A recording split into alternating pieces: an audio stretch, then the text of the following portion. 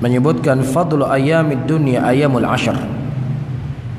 Hari-hari yang paling mulia, yang paling afdal dari sepanjang tahun adalah hari-hari awal daripada bulan Dzulhijjah. Dan ini tidaklah bertolak belakang dengan nas yang mana Allah Subhanahu wa taala menyebutkan Lailatul Qadri khairu min alfi syahr. Malam Lailatul Qadar itu lebih baik daripada 1000 bulan. Para ulama merinci dari sisi malam sepanjang tahun, maka malam Lailatul Qadar itu lebih utama dari malam-malam yang lainnya. Namun dari sisi hari, maka hari-hari di awal bulan Dzulhijjah sampai tanggal 10 Dzulhijjah ini merupakan hari yang paling afdal dalam sepanjang tahun. Oleh karena itu Nabi SAW menyebutkan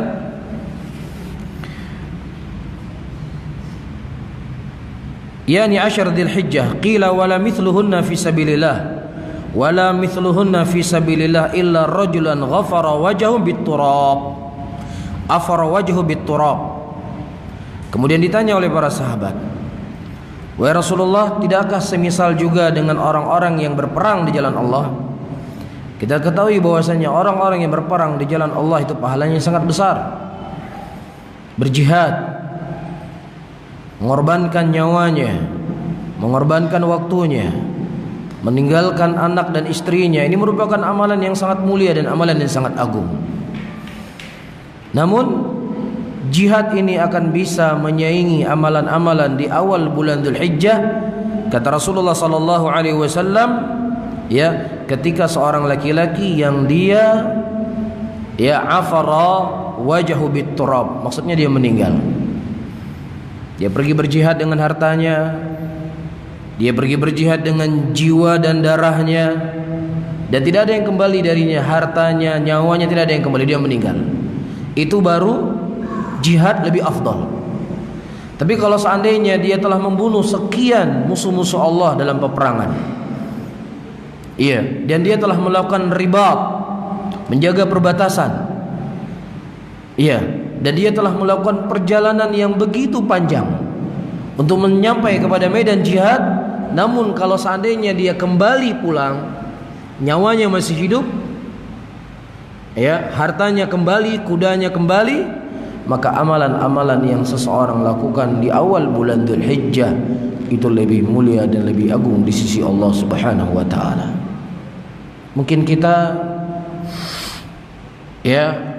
belum pernah berangkat jihad, dan mungkin juga seumur hidup sampai kita mati tidak ada yang namanya jihad ini. Karena yang namanya jihad syar'i, peperangan antara muslimin dengan orang kafir, mungkin sulit kita dapatkan. Pada kondisi-kondisi tertentu mungkin bisa terjadi. Tapi sepanjang tahun, dari waktu-waktu yang telah lalu, mungkin dulu di Indonesia sebelum zaman kemerdekaan ada peperangan jihad, mengusir orang-orang kafir dari negeri ini. Kemudian setelahnya tidak ada peperangan. Ini disebut dengan jihad syar'i. Namun subhanallah, Allah masih memberikan kesempatan kepada kita untuk mendapatkan kemuliaan dan keutamaan yang lebih besar daripada jihad. Itu amalan-amalan di bulan Dzulhijjah. Kemudian Nabi SAW menyebutkan juga dalam hadisnya, Rasulullah SAW yang semakna, kurang lebih semakna dengan hadis yang saya sebutkan tadi. Hadis yang tadi dikeluarkan oleh Imam Abu Daud dan disahihkan oleh Syekh Albani rahimahullah. Adapun hadis yang dikeluarkan oleh Imam Bukhari dan juga Imam Muslim, yang mana Nabi SAW menyebutkan, ma min ayamin al-amalu fihinna afdal min hadhil ashr wala jihad illa ay yakhruja rajulun bi nafsi wa malihi fi sabilillah. Hampir sama konteksnya. Saya ralat, ini bukan dikeluarkan oleh Imam Bukhari dan Muslim, tapi diriwayatkan oleh Imam Ahmad. Dan kedua-dua hadisnya adalah hadis yang sahih. Nah, sekarang yang menjadi pertanyaan buat kita, apakah ada amalan-amalan khusus yang seseorang lakukan di bulan Dzulhijjah tersebut? Apakah ada zikir-zikir khusus? Apakah ada salat-salat khusus? ataukah ada puasa khusus? Iya, tidak ada puasa yang khusus di awal bulan Dzulhijjah sampai 10 Dzulhijjah kecuali hanya pada tanggal 9 Dzulhijjah saja, yang disebut dengan puasa Arafah. Ya, puasa Arafah. Ini saja. Nah, bagaimana kalau seandainya seseorang ingin berpuasa dari tanggal 1 sampai tanggal 8? Apakah boleh dia berpuasa? Nah, kalau seandainya boleh, puasa apa yang dia lakukan? Iya, seperti yang telah kita singgung tadi di awal, tidak ada puasa khusus. Tetapi seseorang di situ dia bisa puasa Senin Kamis. Dia bisa puasa putih. Ya, puasa putih perlu diketahui adalah puasa yang dianjurkan untuk dilakukan ya dalam 1 bulan 3 hari. Dan waktu yang paling afdol tanggal 13, 14, 15. 13, 14, 15. Dan disebutkan oleh Al-Hafidz Ibnu Hajar rahimahullah, ya, kenapa ini disebut sebagai puasa putih? Karena puasa ini dilakukan ketika bulan purnama. Ya, bulan purnama kan malam terang. Ya, maka disebut sebagai puasa putih. Namun apakah boleh dia melakukan selain dari tanggal 13, 14, 15? Dibolehkan. Al-muhim dia lakukan dalam 1 bulan sehari berapa kali? 3 kali. Nah, pada tanggal 1 sampai tanggal 9 sampai tanggal 8 antum bisa puasa Senin Kamis. Antum bisa puasa putih. Ya, di hari apa saja. Dan juga antum bisa puasa misalnya puasa Syawal yang antum belum selesaikan. Ya, misalnya kemarin terlalu banyak acara di bulan Syawal, antum hanya sempat puasa 4 hari. Sisa berapa hari? 2 hari. Nah, sebagian para ulama menyebutkan boleh seseorang mengqadha puasa Syawal di bulan yang lainnya kalau memang seandainya pada waktu itu dia ada hajat yang dia tidak bisa atau tidak mampu berpuasa di bulan Syawal. Nah, kalau memang seandainya ada tersisa 2 hari di bulan Syawal tersebut untuk tidak sempat puasa, boleh untuk puasa di bulan Dzulhijjah. Ya, walaupun sebagian para ulama mengatakan di bulan apa saja boleh. Mereka tidak merinci. Ya, puasa bulan Syawal, lafaz hadis disebut sitatun minasyawal, ini bukanlah pengkhususkan di bulan Syawal. Ya, bukan pengkhususan di bulan apa saja.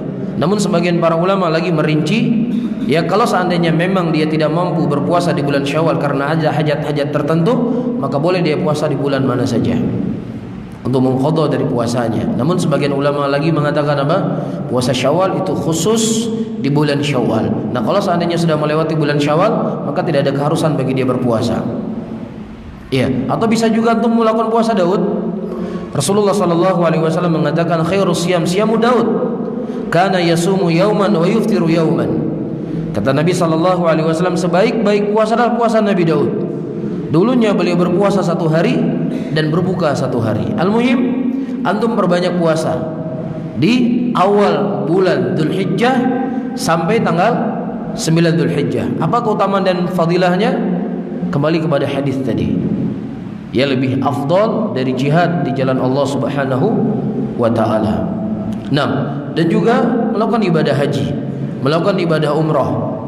Ya, atau antum bersedekah, atau antum banyak membaca Al-Qur'an, ya, atau antum banyak berzikir, atau banyak berselawat kepada Rasulullah sallallahu alaihi wasallam, lebih semangat untuk menghadiri majelis ilmu. Inilah ibadah semuanya.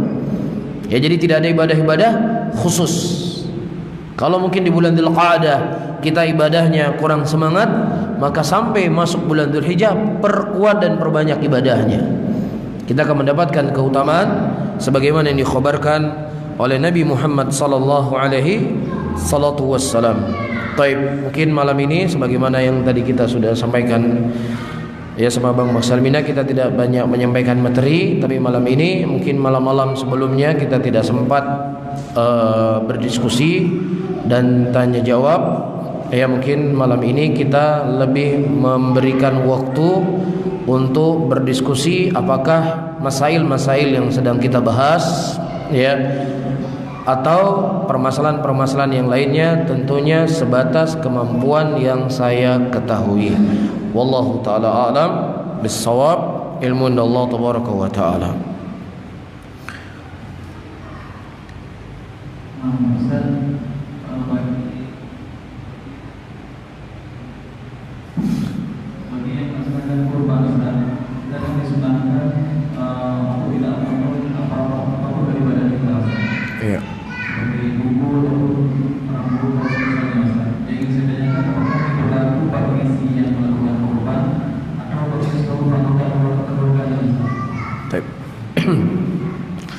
Pertama, sebelum saya menjawab dari soal yang diajukan, seorang bapak ketika dia menyembelih, maka cukup dia menyembelih atas namanya dan mewakili seluruh keluarganya. Ya, misalnya ada si ibu, ada 5 orang anak. Nah, si bapak boleh menyembelih 1 ekor kambing, 2 ekor kambing, 3 ekor kambing, atau berapa ekor kambing pun boleh dia sembelih, tetapi atas namanya dan mewakili seluruh keluarganya. Dan demikian nas yang datang dari Nabi Muhammad SAW. Ketika Rasulullah SAW menyembelih, beliau mengatakan, Bismillah, Allahu Akbar, Allahumma taqabbal min Muhammad wa min ali Muhammad. Ya Allah, terimalah ini dari Muhammad dan juga dari keluarganya Muhammad. Setiap sepanjang tahun Rasulullah SAW ketika berkurban atas nama diri beliau, tetapi beliau niatkan kepada seluruh keluarganya.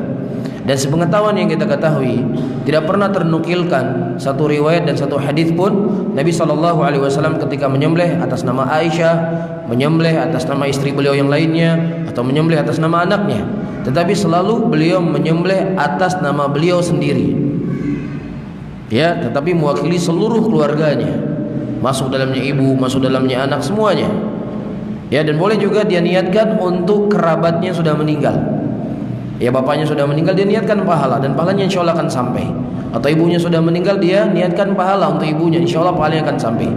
Namun tidak ternukilkan dari Nabi kita Muhammad SAW bersamaan, ya, cinta beliau kepada Khadijah radhiyallahu taala anha, beliau berkurban atas nama Khadijah yang telah wafat, tetapi dari sisi pahala. Taib.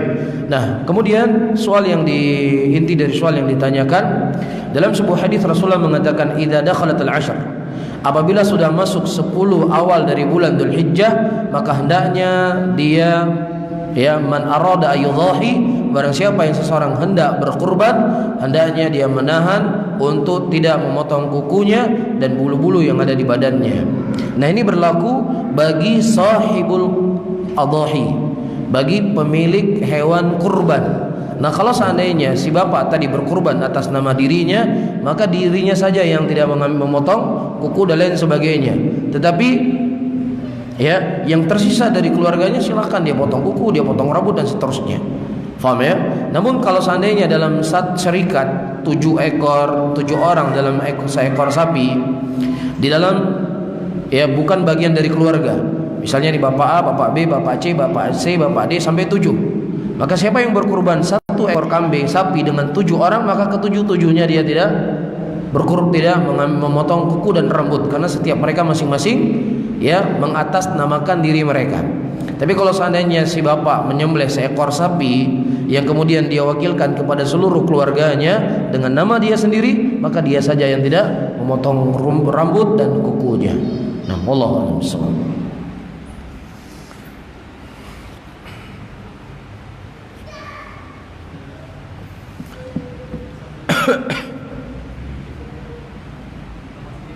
Nah,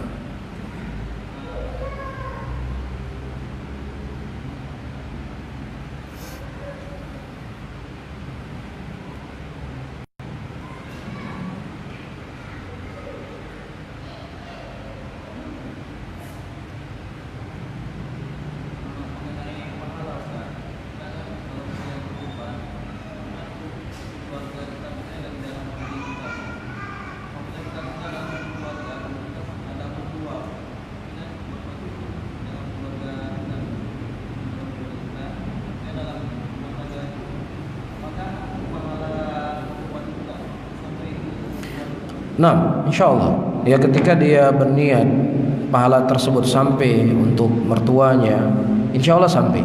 Rasulullah SAW ketika beliau berkurban, ya, 1 ekor kambing beliau berkurban atas nama diri beliau untuk keluarganya, dan satunya beliau berniat berkurban, ya, untuk umat beliau. Ya, nah, kita bukan bagian dari keluarga Rasul SAW. Namun Nabi SAW niat bagi bagian dari luar keluarga beliau. Nah, apalagi mertua itu salah satu bagian dari anggota keluarga. Maka wallahu a'lam bishawab, zahirnya tidak masalah, insyaallah pahalanya akan sampai akan sampai untuk mertuanya. Wallahu a'lam bishawab. Daripada yang lain.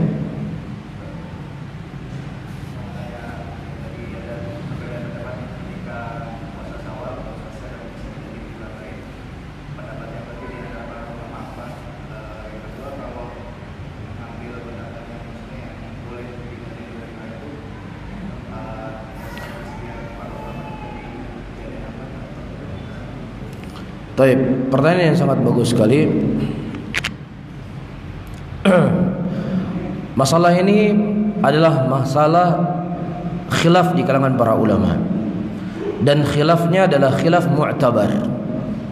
Khilafnya adalah khilaf mu'tabar, karena terkadang ketika menyebutkan dari sisi waktu, ya, diinginkan dengan waktu tersebut bukan pengkhususan, ya, bukan pengkhususan. Ketika Rasulullah sallallahu alaihi wasallam mengatakan, "Man shoma ramadhana thumma atba'u sittatun minasyawal."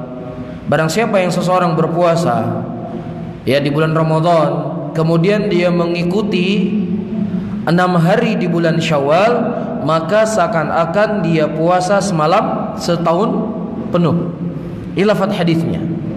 Nah, sebagian para ulama mereka mengatakan lafaz Syawal bukanlah diinginkan hanya Syawal saja, tetapi mereka mengatakan kenapa dikatakan bulan Syawal, karena di bulan tersebut mudah bagi orang berpuasa, karena sebelumnya dia sudah berpuasa penuh di bulan Ramadan, ya, karena sudah terbiasa dengan puasa bulan Ramadan, maka ketika masuk bulan Syawal mudah dia lakukan. Namun kalau seandainya dia tidak sempat untuk melakukan di bulan Syawal, maka di bulan apa saja dia bisa melakukan puasa tersebut. Ya, ini adalah bagian dari ijtihadnya para ulama, ya, di dalam memahami lafaz nas, dalil. Walaupun ayyuhal ikhwah rahimani wa rahimakumullah, ya, ketika kita menyebutkan pendapat yang mengkhususkan di bulan Syawal, ini juga kuat, karena lafadznya disebutkan apa? Bulan Syawal. Namun Allahu a'lam bishawab, dari pendapat-pendapat para ulama yang saya baca, kalau seandainya memang antum tidak sempat berpuasa di bulan Syawal karena ada hajat, ada perkara-perkara yang tidak mungkin antum elak di bulan Syawal, dan masih tersisa beberapa hari lagi, ya, di bulan masih tersisa beberapa hari lagi, maka antum qadha di bulan yang lainnya. Tapi kalau seandainya seseorang ada kemampuan untuk dia berpuasa di bulan Syawal, tetapi dia malas untuk berpuasa, dia tidak menggunakan kesempatan untuk berpuasa di bulan Syawal, maka tidak perlu untuk dia berpuasa. Jelas ya? Nah, wallahu taala alam bissawab.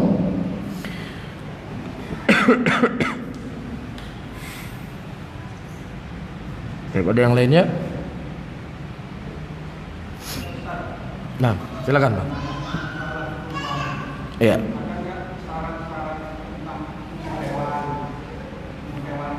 Baik.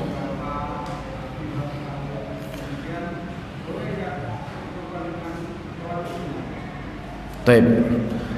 Masya Allah, pertanyaan yang sangat bagus sekali, ya, dan insya Allah ayyuhal hadirun dan hadirat yang dirahmati oleh Allah, berkurban itu, ya, memang memiliki syarat yang lebih ketat dibandingkan apa? Melakukan akikah. Ya, kalau akikah tidak masalah, dengan umur seberapapun bisa digunakan untuk berkurban. Namun dalam berkurban ini sendiri, ya, ada masalah-masalah atau perkara-perkara yang khusus yang disyaratkan oleh Nabi sallallahu alaihi wasallam. Dari sisi umur, sapi, kambing, ya, ataukah kerbau atau yang semisal dengannya. Dan mungkin insyaallah ini akan kita bahas secara khusus, ya, dari hewan sembelihan itu sendiri.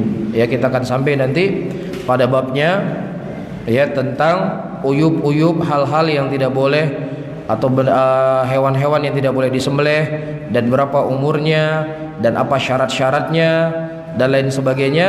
Insyaallah taala akan kita bahas pada waktunya. Nah, saya pernah mendengar dalil golongan yang masuk surga tanpa hisab sebanyak 70.000 orang. Tapi ada penegasan bahwa tidak akan masuk surga tanpa hisab orang yang diminta ruqyah. Apa maksud dalil tersebut, Ustaz? Mohon penjelasannya. Dalam sebuah hadis Rasulullah sallallahu alaihi wasallam menyebutkan sab'ina alf, ada 70.000 orang yang akan masuk ke dalam surga tanpa azab dan tanpa hisab. Iya. Kemudian ketika Rasulullah sallallahu alaihi wasallam mengkhabarkan tentang masalah ini, para sahabat Rasulullah sallallahu alaihi wasallam berselisih. Siapa yang diinginkan oleh Nabi sallallahu alaihi wasallam 70.000 orang ini? Ada yang mengatakan A, ada yang mengatakan B, ada yang mengatakan C. Kemudian Rasulullah sallallahu alaihi wasallam keluar dan beliau mengatakan 70.000 orang yang akan masuk ke dalam surga tanpa azab dan tanpa hisab, la yastarqun wa la yaqtaun wa la yatatayyarun wa ala rabbihim yatawakkalun. Ya, sifat mereka pertama tidak meminta ruqyah. Yang kedua tidak menggunakan pengobatan secara kai. Ya, dan yang ketiga tidak tatayur. Tatayur menganggap sial atau keberuntungan dengan suara burung atau yang dengan semisalnya. Dan di zaman jahiliyah dulu mereka menggunakan dengan suara burung, nah apa saja yang itu tidak ada pengaruh athar atau ta'thir dalam sesuatu perkara, kemudian dia yakini itu adalah bagian daripada sebab, maka ini semua masuk dalam hukum tatayur. Iya. Kemudian kata Rasulullah sallallahu alaihi wasallam, wa ala rabbihim yatawakkalun, dan kepada Rabb mereka itu bertawakal. Baik, kita fokus kepada la yastarqun. Lafaz hadisnya adalah la yastarqun. Adapun lafaz hadis la yarqun, dia tidak meruqyah. Ini hadisnya dengan lafaz ini tidaklah sahih dari Nabi sallallahu alaihi wasallam, karena telah ternukilkan Nabi sallallahu alaihi wasallam beliau meruqyah dan diruqyah. Beliau meruqyah dan diruqyah. Tetapi lafaz hadis yang mahfuz dalam masalah ini adalah la yastarqun, tidak meminta untuk diruqyah. Apa maksudnya? Misalnya antum sakit. Apakah sakit mamsus? Apa itu mamsus? Kerasukan jin. Ini namanya mamsus. Ya. Ataukah penyakit-penyakit yang bentuknya penyakit jasmani? Ya, boleh kita meruqyah sebagaimana disebutkan dalam sebuah hadis, ketika itu ada sebagian dari sahabat Rasulullah sallallahu alaihi wasallam yang melakukan perjalanan.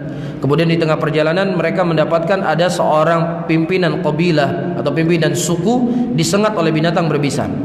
Kemudian kemudian para sahabat Rasulullah membaca Al-Fatihah dan kemudian hilang penyakitnya. Jadi ruqyah itu tidak hanya dari bentuk penyakit jiwa, mamsus tadi kerasukan jin, tapi juga bisa berbentuk penyakit fisik. Nah, ketika ada seorang sakit, dia katakan, "Tolong ruqyah saya." Tolong ruqyah saya. Maka orang yang seperti ini tidak akan berhak mendapatkan surga tanpa azab dan tanpa hisab, karena syaratnya sudah tidak terpenuhi. Tapi kalau seandainya dia meruqyah diri sendiri, tidak meminta, tidak ada masalah. Antum sakit, antum ruqyah, antum baca Al-Quran, ya, antum ajak berzikir, ya, maka ini tidak dimasalahkan. Atau misalnya antum didatangi oleh seseorang, dia tahu antum sakit, tanpa antum minta, kemudian dia mengatakan saya ingin meruqyah kamu, ya silakan. Paham ya? Atau salah seorang dari sanak keluarga antum atau teman ditelepon orang yang bisa meruqyah, ya tolong ini ada teman saya, ada saudara saya atau anak saya, dia butuh untuk diruqyah, kamu bisa bantu? Nah, saya misalnya si sakit tidak meminta, tetapi inisiatif dari salah seorang dari kerabatnya, kemudian datang orang yang meruqyah, maka ini juga tidak termasuk. Tetapi yang termasuk di dalamnya ada apa? Meminta. Nah, kenapa orang yang meminta ruqyah itu tidak mendapatkan ya keutamaan masuk surga tanpa azab dan tanpa hisab? Ayyuhal ikhwah rahimani wa rahimakumullah. Sementara kita bisa ke dokter. Apa bedanya? Nah, orang yang ruqyah itu biasanya ketergantungan, orang yang meminta diruqyah itu biasanya ketergantungan hatinya kepada yang meruqyah itu lebih. Ya, beda dengan dokter. Kita kalau ke dokter biasanya apa? Tidak ada sisi ketergantungan seperti apa? Kita meminta ruqyah. Ada sisi ketergantungan yang lain antara dokter dengan apa? Dengan sahibur ruqyah atau orang yang meruqyah. Makanya Nabi SAW menutup pintu agar bagaimana ketergantungan hati seseorang hanya kepada Allah Subhanahu wa taala, bukan kepada makhluk. Namun ketika dia meminta untuk diruqyah, apakah dia terjatuh dalam kesyirikan? Tidak. Tapi ini merupakan jalan. yang Rasulullah SAW tutup agar tidak sampai kepada ketergantungan hatinya kepada selain dari Allah Subhanahu wa taala. Karena ketika perkara ini dibuka, dia akan selalu berpikir, wah, ingat si fulan, sakit lagi besok, ingat lagi si fulan, sakit lagi besok, ingat lagi si fulan. Nah, ditakutkan ini akan menjadi pengkultusan. Pokoknya kalau bukan dia, penyakit saya tidak akan hilang. Pokoknya kalau bukan dia, saya tidak akan mendapatkan ketenangan. Ini akan apa? Akan ada pengkultusan dan pergeseran hati kepada selain Allah Subhanahu wa taala, sehingga ditutup oleh Nabi sallallahu alaihi wasallam. Nah, wallahu a'lam. Ada yang lain?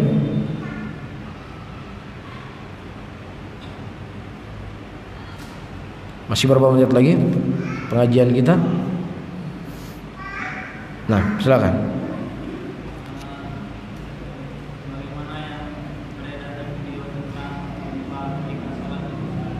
Gempa apa?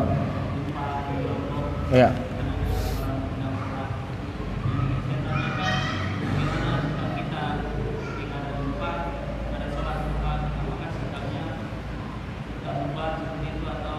Taib. Masya Allah, pertanyaan yang sangat bagus sekali. Para ulama membedakan di antara sholat wajib dengan sholat sunnah.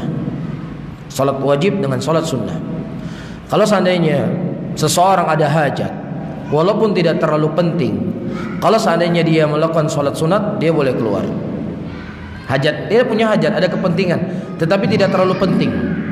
Tapi kalau seandainya sholat wajib, dia tidak boleh keluar kecuali sesuatu hajat yang sangat penting. Dalilnya apa? Waktu itu Mu'adz bin Jabal radhiyallahu ta'ala anhu menyolati manusia. Menyolati apa? Manusia. Dan beliau membaca dalam solatnya bacaan yang sangat panjang. Panjang sekali bacaannya. Nah, ada seorang laki-laki yang dia itu adalah pengembala unta. Nah, unta ini pekerjaannya itu sangat sulit mengembala unta.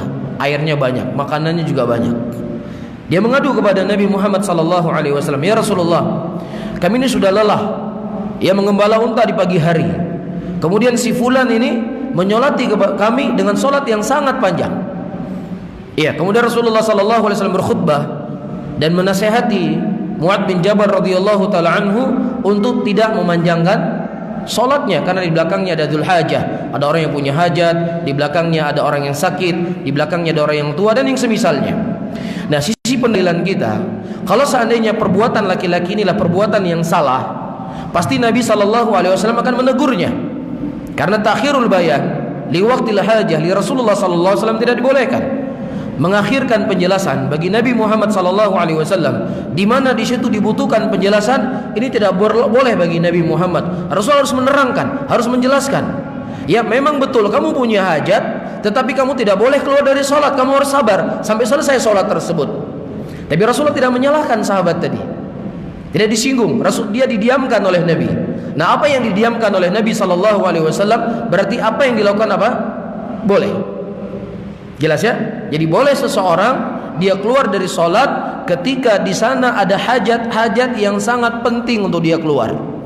Terlebih apabila itu permasalahan yang menyangkut tentang nyawa dan darah seseorang.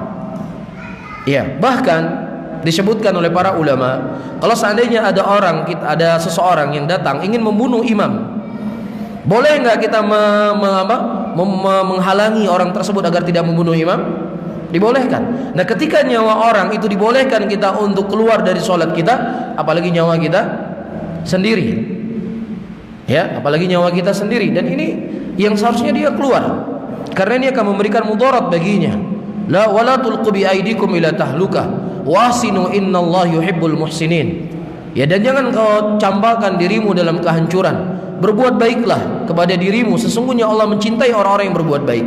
Nah, sekarang mana kondisi yang paling darurat atau kondisi yang paling yang paling genting?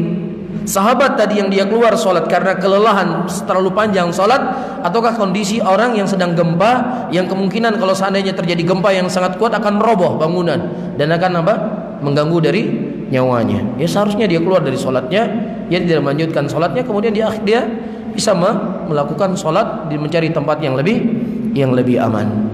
Bisa difahami ya? Nah, wallahu a'lam bishawab. Ya, bukan masalahnya ini kita sedang ibadah, kita sedang cari mati, bukan demikian kondisinya. Rasulullah sallallahu alaihi wasallam atau ketika disyariatkannya jihad, ya pasti di situ akan apa?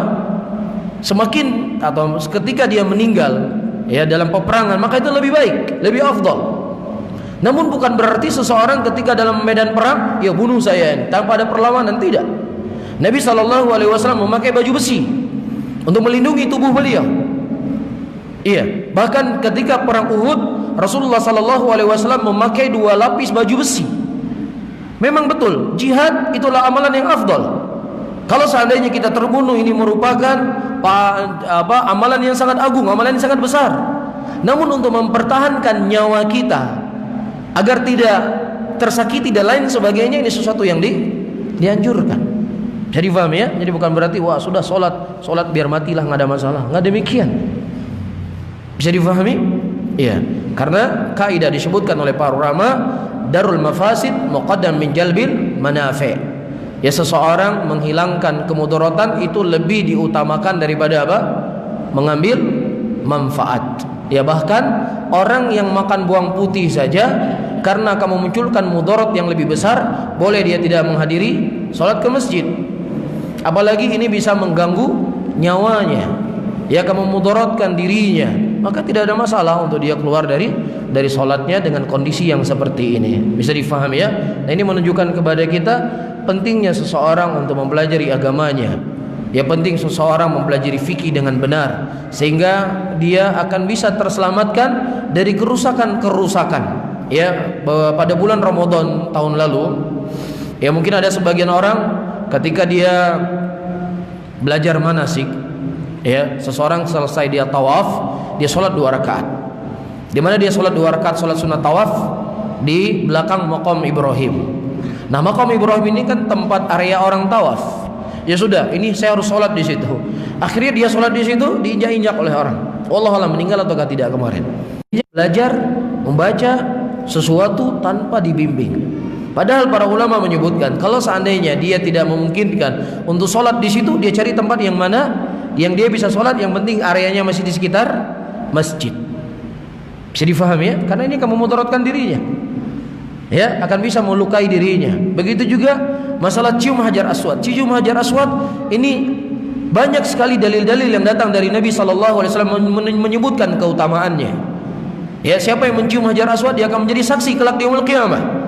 Namun kalau seandainya kita mencium hajar aswad akan melukai orang lain dan melukai diri kita, ya, atau akan terjadi hal-hal yang tidak diinginkan. Perempuan misalnya ingin mencium hajar aswad, nanti bisa auratnya tersentuh dan lain sebagainya, maka dia jauhi. Dia jauhi. Ini hal yang penting dalam segala keadaan. Dalam segala keadaan ayyuhal ikhwah rahimani wa rahimakumullah, seseorang harus selalu memandang sisi maslahat dan sisi mafsadahnya. Ketika memunculkan mafsadah yang besar, hendaknya dia jauhi. Ya, Rasulullah sallallahu alaihi wasallam sebagaimana disebutkan dari Aisyah radhiyallahu taala anha, ya, tentang permasalahan Ka'bah. Ka'bah dulunya di zaman Nabi Ibrahim alaihissalam itu ada 2 pintu, sebagaimana sudah pernah kita sampaikan di sini. Ya, kemudian ketika Ka'bah rusak pada waktu itu, orang-orang musyrikin hanya meletakkan pintu Ka'bah hanya 1 saja. Setelah Rasulullah sallallahu alaihi wasallam menguasai kota Mekah, ya, beliau mengatakan dengan makna kalau seandainya bukan dikarenakan takut fitnah, maka niscaya saya akan menjadikan Ka'bah itu sebagaimana dibangun oleh Nabi Ibrahim alaihissalam. Tapi karena ada ditakutkan mudarat yang lebih besar, kok bisa Ka'bah dihancurkan lagi? Ini akan bisa mengganggu atau bisa merusak dari keimanan seseorang. Nah, ini penting. Ya, penting untuk seseorang menilai sesuatu, ya, maslahat dan mafsadahnya. Bukankah ya ketika kita mengingkari perbuatan kesyirikan, mengingkari sesembahan yang disembah selain syirik kepada Allah adalah bagian dari jihad. Allah mengatakan jahidul kufara wal munafiqina waghlub alaihim. Jihadilah oleh kalian orang-orang kafir dan orang-orang munafik, dan bersikap keraslah kamu kepada mereka. Namun kalau seandainya dengan kita mengingkari, mencela tuhan-tuhan yang disembah selain Allah, maka ini akan menjadi mudarat yang lebih besar, yang dengannya mereka mencela Allah dilarang dalam syariat. Allah Subhanahu wa taala mengatakan la tasubbul ladzina yad'una min dunillah fayasubbullah. Jangan engkau mencela orang-orang yang mereka menyembah kepada selain Allah, yang dengannya mereka akan mencela Allah Subhanahu wa taala. Dilarang oleh Nabi sallallahu alaihi wasallam. Dan juga ketika Rasulullah sallallahu alaihi wasallam berangkat haji dengan beberapa pasukan sahabat Rasulullah sallallahu alaihi wasallam, ketika akan masuk ke kota Mekah, orang musyrikin menghalangi Nabi sallallahu alaihi wasallam untuk tidak masuk ke kota Mekah. Dihalangi oleh musyrikin. Kemudian mereka membuat perjanjian dengan Rasulullah. Ya, dikenal dengan perjanjian Hudaybiyah. Ya, di antara perjanjian tersebut disebutkan ketika Rasulullah menulis Muhammad Rasulullah, kata mereka, hapus Rasulullah. Kalau seandainya kami meyakini engkau adalah Rasulnya Allah, maka tidak akan mungkin kami menghalangi engkau masuk ke kota suci ini. Tapi karena kami tidak yakin engkau sebagai Rasulnya Allah, ya, makanya kami menghalangi engkau untuk masuk ke kota ini. Dihapus oleh Rasulullah. Ya, kemudian perjanjian selanjutnya, semua orang-orang yang mereka hijrah dari Mekah menuju Madinah, yang kerabat mereka masih tinggal di Madinah, di Mekah, itu semuanya dipulangkan, harus dipulangkan. Iya. Dan Nabi SAW tidak boleh masuk kota Mekah pada waktu itu kecuali setelah beberapa tahun setelahnya pulang Rasulullah. Kemudian Umar bin Khattab radhiyallahu taala anhu, beliau datang kepada Rasulullah, "Ya Rasulullah, engkau ini benar-benar nabi atau tidak?" Ini pertanyaan Umar bin Khattab. Ya, perjanjian poin-poin yang engkau setujui inilah poin-poin yang merugikan kita. Dan engkau sudah mengatakan kita akan masuk kota Mekah. Kenapa kita tidak masuk kota Mekah? Kenapa harus kita takut? Mungkin kurang lebih begitu bahasanya Umar bin Khattab radhiyallahu taala anhu. Iya, kenapa harus takut? Ya, kita banyak ini pasukan sahabat Rasulullah itu banyak. Kemudian kata Nabi sallallahu alaihi wasallam, ya, ayyuhal ikhwah rahimani wa rahimakumullah, aku adalah utusan Allah Subhanahu wa taala. Maksudnya Rasulullah sallallahu alaihi wasallam beliau mendapatkan wahyu dari Allah apa yang terbaik yang beliau lakukan. Dan yang kedua, kata Rasulullah, saya tidak pernah mengatakan kepada kamu wahai Umar, kita akan masuk ke kota Mekah tahun ini. Tapi saya katakan kepada kamu, kita akan masuk kota Mekah. Bisa 1 tahun akan datang, bisa 2 tahun lagi, bisa 5 tahun lagi. Yang jelas kita akan masuk kota Mekah. Saya tidak pernah mengatakan tahun ini kita masuk kota Mekah. Ya, kemudian Umar bin Khattab mendatangi Abu Bakar Siddiq dan menyampaikan unek-uneknya sama persis seperti apa yang beliau sampaikan kepada siapa? Kepada Rasulullah. Kemudian kata Abu Bakar Siddiq sama persis seperti apa yang diucapkan oleh Nabi. Dan kemudian juga diajukan soal, bukankah Rasul sudah mengatakan kita akan masuk kota Mekah? Kata Abu Bakar Siddiq, Rasulullah SAW tidak mengatakan kita masuk Mekah tahun ini. Ya, yang penting kita masuk kota Mekah. Ya tahun depan atau kapan, yang penting akan masuk kota Mekah. Tahun ini tidak, Rasulullah tidak mengatakan tahun ini. Kemudian Rasulullah pulang. Antum bayangkan ini perjalanan yang sangat jauh. Kurang lebih perjalanan dari Mekah menuju Madinah 7 hari 7 malam. Ini perjalanan yang melelahkan. Tapi Rasulullah SAW pulang. Karena untuk melihat apa? Untuk menutup pintu mudarat, jangan sampai terjadi. Karena mudaratnya itu lebih besar daripada maslahat. Dan menutup mudarat ini lebih dikedepankan daripada ingin mengambil sebuah maslahat. Jadi ini sangat banyak sekali dalil-dalil dari Al-Quran dan dalil-dalil dari As-Sunnah. Di antaranya apa yang saya sebutkan tadi. Ya, salat yang panjang merupakan salat yang paling afdal. Ya, sebaik-baik salat adalah yang paling panjang berdirinya. Dan Nabi SAW mengatakan apa? Alif lam mim. Aku tidak mengatakan alif lam mim itu 1 huruf, tapi alif 1 huruf, lam 1 huruf, mim 1 huruf, dan setiap 1 huruf memiliki 10 kebaikan. Nah, kalau seandainya dalam sholatnya dia membaca qul huwallahu ahad, ya sebesar itu pahala yang dia dapatkan. Tapi kalau dalam sholatnya dia membaca surat Ali Imran atau membaca surat Al-Baqarah, maka pahalanya akan semakin besar. Namun ketika di sana diperhadapkan dengan mudarat yang besar, Rasulullah SAW melarang. Bahkan Nabi SAW mengatakan innakum mutanafirun. Ada di antara kalian yang membuat orang lari dari dakwah. Apa yang dilakukan oleh imam tadi? Apakah beliau membuat sebuah kerusakan? Tidak. Apakah beliau membuat perbuatan-perbuatan yang diharamkan oleh Allah? Tidak. Apakah beliau melakukan perbuatan-perbuatan yang terlarang dalam agama secara hukum asalnya? Tidak. Beliau sholat. tapi sholatnya dengan sholat yang panjang. Tetapi ditegur oleh Nabi SAW, sesuatu yang baik, sesuatu yang bagus, ketika tidak ditempatkan pada tempat yang baik, tidak ditempatkan pada tempat yang bagus, maka dia akan menjadi apa? Menjadi kurang bagus. Ya, menjadi kurang tepat. Ya, sehingga sesuatu yang baik harus diletakkan pada tempat yang baik, maka dia akan menjadi baik. Nah, inilah pentingnya untuk seseorang melihat sisi apa? Maslahat dan mafsadah dalam segala keadaan. Iya, dan dalil-dalil yang lainnya yang datang dari Nabi kita Muhammad sallallahu alaihi wasallam, cuman ada beberapa hal yang perlu untuk perhatikan di sini. Ya, jangan sampai kaidah-kaidah yang seperti ini kita praktekkan sendiri, kita fahami sendiri. Ya, akhirnya semua perkara-perkara yang diharamkan oleh Allah menjadi halal karena melihat maslahat dan mafsadah. Tidak demikian. Ya, tidak demikian. Misalnya kalau perempuan yang memakai baju terlalu lebar, memakai jilbab terlalu panjang misalnya, ya ditakutkan nanti ibu-ibu akan ketakutan dan lain sebagainya, ya sudah kita pakai jilbab kecil saja karena mudaratnya lebih besar. Oh, tidak demikian. Tidak demikian caranya. Oh, kalau seandainya kita nanti berkumpul dengan orang-orang yang mabuk-mabukan, nah kita minum dulu satu gelas saja kita minum. Ya, nanti kalau seandainya kita sudah minum satu gelas, kan enak nanti diskusi sama mereka. Manfaatnya besar yang akan kita dapatkan. Enggak bisa. Ini perkara yang haram. Haram adalah haram, tidak bisa kita mendekati perkara yang haram. Nah, di sini kita berbicara perkara apa? Perkara menimbang sisi maslahat dan mafsadah, bukan masuk ke dalam perkara yang diharamkan oleh Allah Subhanahu wa taala. Ya, ini kalau seandainya kita tidak buat pesiju misalnya, atau kalau kita tidak ikut maulidan Nabi, ya kita nanti diboikot sama masyarakat, dakwah kita sulit diterima. Ya, nah supaya dakwah kita mudah diterima, ikut saja bagaimana kebiasaan masyarakat. Nah, nanti baru kita luruskan pelan-pelan. Ini cara yang seperti ini keliru. Ini bukan cara yang benar. Kamu telah menjerumuskan dirimu kepada apa yang dilarang dalam syariat Islam. Bisa difahami ya? Intinya ini kaidah, ini konsep yang disebutkan oleh Rasulullah SAW. Namun dari sisi praktek dalam satu kasus, ya, maka ini membutuhkan bagaimana para ulama, orang-orang yang berilmu memandang, oh begini, oh ini begini, oh ini begini. Jelas ya? Wallahu taala alam bissawab.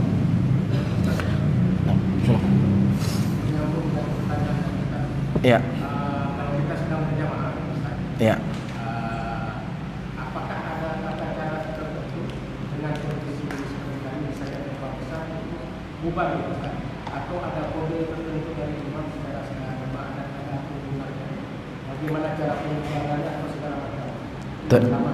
Ya. Itu yang kedua, kalau seandainya kita sudah bubar, misalnya kita bubar di rakaat ketiga, mungkin ada satu rakaat lagi, itu bagaimana, apa sambung terus atau mengulang Ustaz? Tapi Masya Allah. Tapi saya jawab soal yang kedua dulu. Datang hadis dari Ali bin Abi Thalib radhiyallahu taala anhu, as-shalah tuftah bi takbiratul ihram wa tukhtam bis salam. Salat dibuka dengan takbiratul ihram dan ditutup dengan salam. Ini salat. Iya, dari satu rangkaian kepada rangkaian yang lainnya itu saling berketerkaitan. Nah, ketika ada sesuatu yang membatalkan salatnya, walaupun dia sudah berada di ujung salat, maka seluruh salatnya menjadi batal. Antum kentut misalnya, ya di rakaat yang keempat, ketika duduk di antara dua sujud, tinggal satu sujud lagi, kemudian tahiyat, kemudian salam. Nah, ketika kita kentut, apakah kita mengulangi kembali salat kita, ataukah kita cukup menyambung? Mengulangi dari awal. Karena apa yang telah kita lakukan lagi semuanya sudah batal. Ya, jadi ketika terjadi kondisi-kondisi tertentu, dia keluar dari sholatnya karena sudah ada pembatal sholat. Apa pembatal sholat? Dia sudah banyak bergerak, mungkin dia sudah berbicara. Bisa difahami ya? Maka dia ulang dari nol sholatnya, dari awal. Walaupun dalam mazhab Hanafi, kalau seandainya seseorang itu batal sholat dalam keadaan dia sudah tasyahud, maka berdasarkan dengan dalil. Karena Ali bin Abi Thalib sebagaimana riwayat yang datang dari beliau mengatakan salat itu dimulai dari takbiratul ihram dan ditutup dengan salam. Penutup salat. Tapi kalau seandainya antum mengucapkan assalamualaikum warahmatullah, kemudian kentut belum sampai kepada salam yang kedua, maka salatnya sah. Karena apa? Karena salam yang kedua itu hukumnya sunnah. Ya, tetapi salam yang pertama itu hukumnya apa? Kewajiban salat. Nah, sebelum antum buka tutup salat antum atau antum tutup salat antum tadi dengan salam, maka di situ walaupun di detik-detik terakhir antum kentut tetap batal salatnya. Mafhum ya? Nah, adapun kode, nah kalau seandainya imamnya misalnya yang alim, yang cerdas, yang mengerti tentang hukum fikih misalkan, ya sudah dia bisa kode, kita bubar, lari semuanya. Tapi kalau seandainya imamnya masih terus baca, wah ini saya kapan lagi mau mati ini, sekarang saatnya untuk mati, sedang membaca Al-Quran, ya sudah antum cari komando sendiri. Ya cari komando sendiri, karena ini hal yang dibolehkan dan dibenarkan dalam syariat Islam. Ya jangankan perkara sholat, seseorang mengucapkan kalimat kekufuran, ya itu dibolehkan dalam keadaan dia kondisi-kondisi tertentu. Ini di pisau sudah di tangan, kamu ucapkan kalimat kekufuran, yakini bahwasannya inilah Tuhan selain Allah. Boleh nggak kita mengucapkan kalimat kekufuran? Mana yang lebih besar untuk menyelamatkan nyawa kita? Yang mana yang lebih bahaya? Mana yang lebih parah? Mengucapkan kalimat kekufuran atau keluar dari sholat? Mana yang lebih parah? Hah? Faham soalnya? Mana yang lebih parah? Ya, seseorang mengucapkan kalimat kekufuran karena terpaksa, ya, untuk menjaga nyawanya, dengan apa? Dengan orang lari dari sholatnya. Tentunya mengucapkan kalimat kekufuran itu lebih parah. Tapi dibolehkan dalam syariat Islam. Apalagi keluar dari sholat. Lah sahabat tadi dia capek, sholatnya terlalu panjang, lelah dia keluar, nggak disalahkan oleh Nabi Sallallahu Alaihi Wasallam. Jelas ya? Ada yang lain? Kalau sudah adzan, kalau tidak ada saya akhiri pengajian kita di malam hari ini. Allahumma salli ala Muhammadin wa ala alihi wa ashabihi wa man tabi'um bi ihsanin ila yaumiddin. Wassalamualaikum warahmatullahi wabarakatuh.